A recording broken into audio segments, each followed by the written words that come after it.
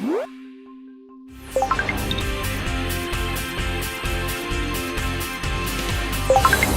got Ryan Singerline, Director of Customer Logistics at Ryder, and Diego Blondet, Head of Product and Strategy from Rise Gardens. Thank you guys so much for jumping on today. Yeah, Thank you for having absolutely. us. Of course. Excited to learn about Rise Gardens. This is something I know it's fairly new, but I learned about it more recently, and I thought how cool this was. And I think what's happened with the pandemic almost makes this like a must-have for a lot of homes. Yeah. Diego, if you could, please really quickly let the audience know a little bit more about Rise Gardens, what it's about, and how far it's come along here in the last few months. 100%. So Rise Gardens is about getting people closer to plants. For whatever reason, they use plants. Either you eat them, use them for air purification, or you garden. Basically, what we did is grabbed professional vertical farming technology and shrank it to the size that fits in your home. And then simplified all of these like complicated farming processes, put them into an app so that anyone can use it. And it takes around 15 minutes a week of maintenance, and that's it. Wow. That's amazing. And so this also solves for those that may have a home garden, right? But they're like, I'm in Detroit, we can't grow in the winter. This solves for that, right? So they can grow year round. That is correct. And all vegetables, like everything from like. So virtually you can grow anything hydroponically. Now, there's obvious restrictions in terms of space. Like you could start a lemon tree. Right. But when the lemon tree is this size, that's it. Like that's the space you have. So Got either you it. move it outside or you do something else. And there's a lot of ways we can get creative with this. We're planning on releasing microgreen trays, rooted vegetable trays. Like it's a very modular unit. So there's a number of add-ons that we can create and sell to our customers so that they can broaden the spectrum of things that they can grow. But there's always limitations on.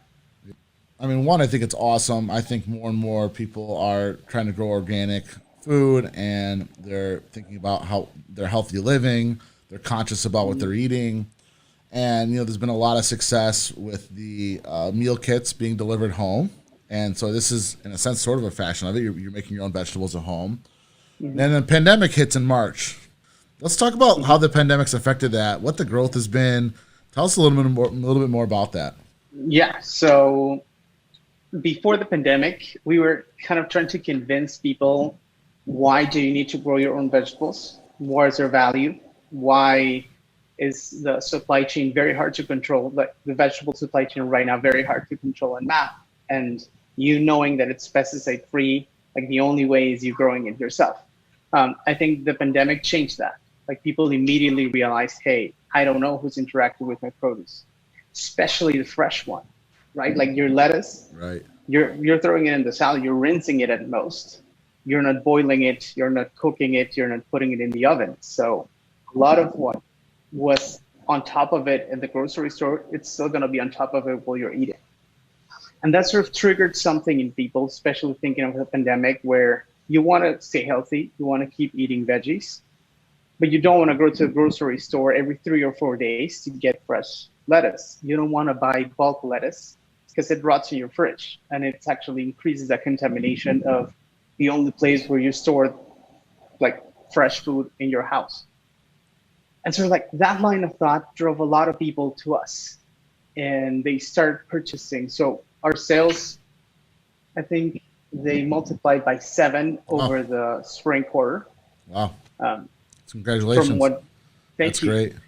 From what they were before. And so that growth is huge, 7x in a quarter there. And so I know that when something like that happens, right, you got to get shipments out fast, orders are coming in. Ryan, who's with Ryder Systems, Ryan, tell us quickly about Ryder, but let's get into some of the things you were able to do for Rise Gardens to sort of like solve for this, because I'm sure that like some fulfillment nightmares were happening, orders were flying in. What did that preparation look like, and how were you able to sort of solve for all of this? Yeah, absolutely. I think, with the introduction of the pandemic, there was quite a bit of interruptions in a lot of organization supply chains. And that's what we focused on. We focused on how do we solution for those problems. And Now, a global pandemic is not something that we were anticipating. So there's no playbook there, right? So very quickly we developed one, looked at, how do we make sure that our employees are safe so that we can stay operational, so that our customers' products will flow through our fulfillment networks. And then we really do provide end-to-end services. So Rise Garden's products, some of them are manufactured in Mexico. So we're able to assist with getting products, in an efficient manner across the border. And then when they land at our fulfillment centers, how do we turn those in an expeditious manner? You helped with the supply chain, getting the products to the fulfillment centers in the U.S. And then were you doing final delivery across the whole U.S.? Yeah, so Ryder actually, in 2019, we launched an e-commerce fulfillment network. That's where the Rise Gardens products sit. So it's focused on e-commerce organizations, very much like Rise Garden. Subscription type models are a pretty strong fit. We have presence across the U.S. that drives us to be able to deliver within 2 days using ground services. So very cost effective, very expeditious manner. And it's been going well. We've been able to keep all of our employees healthy, remain essential, and continue to deliver these products. Yeah, it's great. So you're giving these e-commerce brands, subscription brands, another option here for delivery and shipping, right? Yeah, that's great to hear. Because I think were you guys originally like sort of regional and you've now expanded? Is that what happened? Our focus has typically been on creating a solution for a specific customer. So a customer comes to us with a supply chain need, and we develop a solution for them. Got it. In this approach, and what we launched in 2019 is a network of fulfillment centers. We've thought of a solution, and it makes it quick to jump in and have us fulfill your orders. That's great. Diego, so I know that you guys introduced a subscription model, which, as you know, I'm a huge advocate for, but it doesn't work for all businesses, but it works, in my opinion, for 95% of them. And to this business with Rise Gardens, it makes sense to me. Maybe you could tell me more about it, but I'm assuming they're getting seeds sent maybe monthly and the nutrients. Tell me a little bit more about the subscription. Did it launch initially? Why did you introduce it? Just dive into that a little bit. Before describing the subscription, sort of like the model is we sell you the device. And since the beginning, we wanted to be able to cater for the very experienced gardener that already knows what they want, and the very novice person that's starting to garden, and that doesn't necessarily know how much seeds of each type to get every week or every month. So creating the subscription since the beginning was important to bring those people on board with us. And we needed to, but what we've realized is that people actually want to start on their own, test a little, figure out like, oh, I like lettuce, I like kale, I like Swiss chard, and what do you eat more of? And then enroll in a subscription where they can very clearly say like, I'm going through 5 lettuces every month, and this is what I need every month. Or I'm going through this amount of produce. And is the app something that's included with the subscription, or they pay that separately, or is it free? It's free. That's free. What I love about this model, the more I think about it, these individuals have an upfront cost to buy this unit. And now they should be using it, right? It's almost like Peloton, right? Like you buy the bike that's a couple grand, and it's almost like a must that you sign up for the service monthly because you want to watch the videos, you want to get motivated. Yes. In your case, you're doing the same thing, right? The consumer, I'm assuming, is a higher quality consumer because it's a decent outlay. What's the cost of one of the hydroponic units? So the one that you're seeing back there, yeah, that's $550. Okay, so there's a. I'm sorry. Yeah, and it'll come with all the nutrients and seeds. Like it'll come. That gets you the first 1 to 2 months of growth. Right. And then the seed packs and the nutrients are independent. Yep. And then how much money you spend on that actually depends on what type of things that you grow. Got it. So arugula takes 15 days from seed to full plant. So if you want to do all arugula, you're going to go through multiple heads of arugula in a month. But if you put 4 tomatoes in there, like that's all that fits. So you're going to have 4 tomatoes for like 4 months, and then you're going to need more seeds. Got it. So it varies depending on how you use it.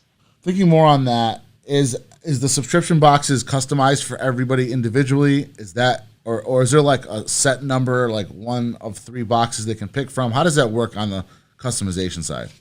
So we have around 55 varieties of plants that you can pick from. And we select those, we test those in our gardens for a number of months.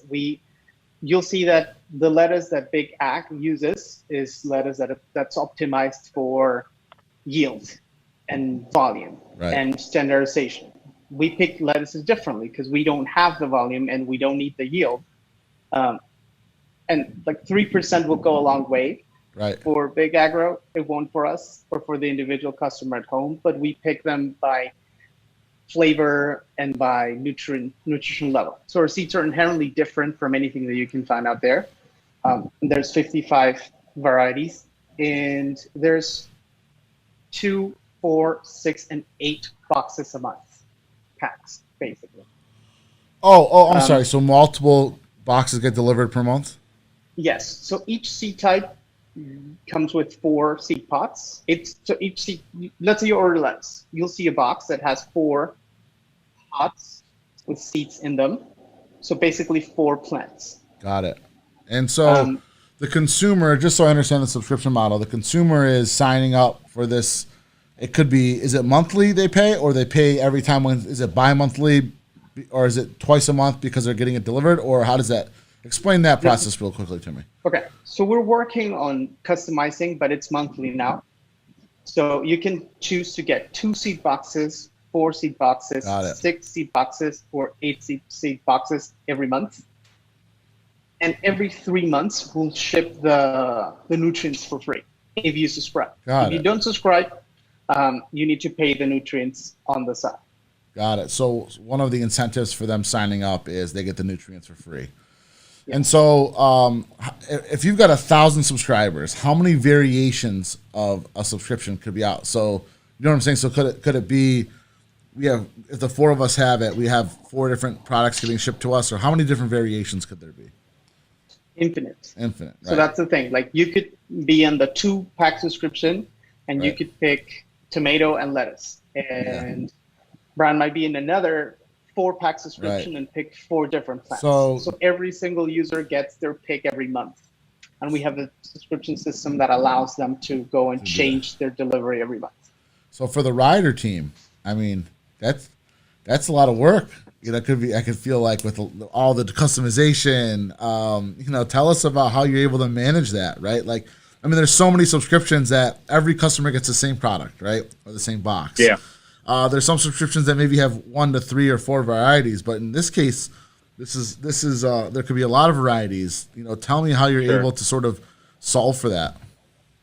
Yeah, I mean, we have a strong warehouse management system that we leverage to ensure that we have accurate inventory on the different SKUs, and then we set ourselves up to be able to pick that very efficiently. We have different pick media and different tools that we're using in our different facilities that help optimize profiles that have high variability. So we do things beyond subscription, which I think helps us because we have the structure to do those very unique orders.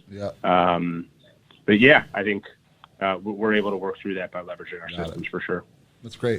Diego, on the subscription side of things, what are you guys doing as a company to engage with the consumer that's a subscriber monthly or weekly? You know, I'm assuming there's some content about growing, but tell me a little bit more about that helps increase the customer lifetime value, that keeps the customer engaged and allows you to reduce churn and keep customer engagement high. So our first and foremost thing is giving them support through the app. So we're doing 5 or 6 updates on the app every month. Great. And those updates include, let's say that we realize that users need notifications when they need to pollinate, because you need to hand pollinate your plants. There are no bees inside your house. So would you want to get a notification on your phone when it's time to pollinate your tomato? And that's something that we can add to the app and sort of like build up the experience. That's number one. And that both guarantees for us and for them that the yield that the plant gets is the right one, but that this doesn't become another chore, another burdensome chore that you need to do in your house. The other thing I would say is plant varieties. So the more plant varieties that we have, the better. Now, it would be very easy for us to just turn around, order 300 types of seeds, and get those to the seeding facility. But we wouldn't know what quality of produce our users would get. So we go through a lot of testing before we sell a new one. And then when we sell that new type variety, we know that there's going to be guaranteed success, but that it's also going to keep it excited. And just yesterday, we saw a picture of, is this like, I think 12-year-old kid holding a romaine lettuce that they had just harvested from the garden. And the romaine lettuce is like the size of his chest. That's awesome. Yeah, that's remarkable. That's great. So that customer engagement is super smart. I think the app with the push notification is keeping the consumer super engaged. So last question I want to ask you. You saw hyper growth over the last 3 months. A lot of e-commerce businesses are seeing hyper growth. More and more consumers are shopping online. This holiday season is probably going to be the biggest in terms of sales ever for e-commerce. What are some adjustments you had to make? And how are you able to solve for that? These orders 7x. Customer service, I'm sure, then went up 7x. Like, everything has changed. So tell me some things you're able to do to adjust quickly, move on the fly, and how are you preparing for the holidays? So actually, that was insane. Like, the growth was great, and we welcome it, and we love having more rice gardeners. But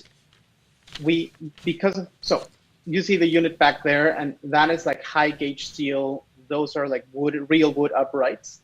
And the interior part of it is plastic, but this is like professional vertical farming grade plastics, which meant at the beginning of the pandemic that we shared a lot of suppliers with medical devices.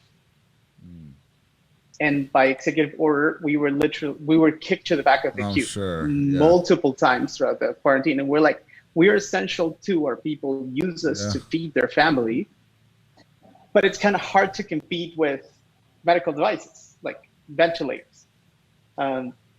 So that was a struggle. And actually, Ryder was very helpful with that because that made us very late and that to ship to customers, and that forced us to ship batches. So every batch that we shipped from Mexico, we would call Ryder and be like, it's going, and it touches your facility and needs to go out to the customer immediately because we're already going through a nightmare of just like random phone calls of people angry about it. So building inventory, building safety inventory much more than the normal ranges is something that we're doing right now. Yeah.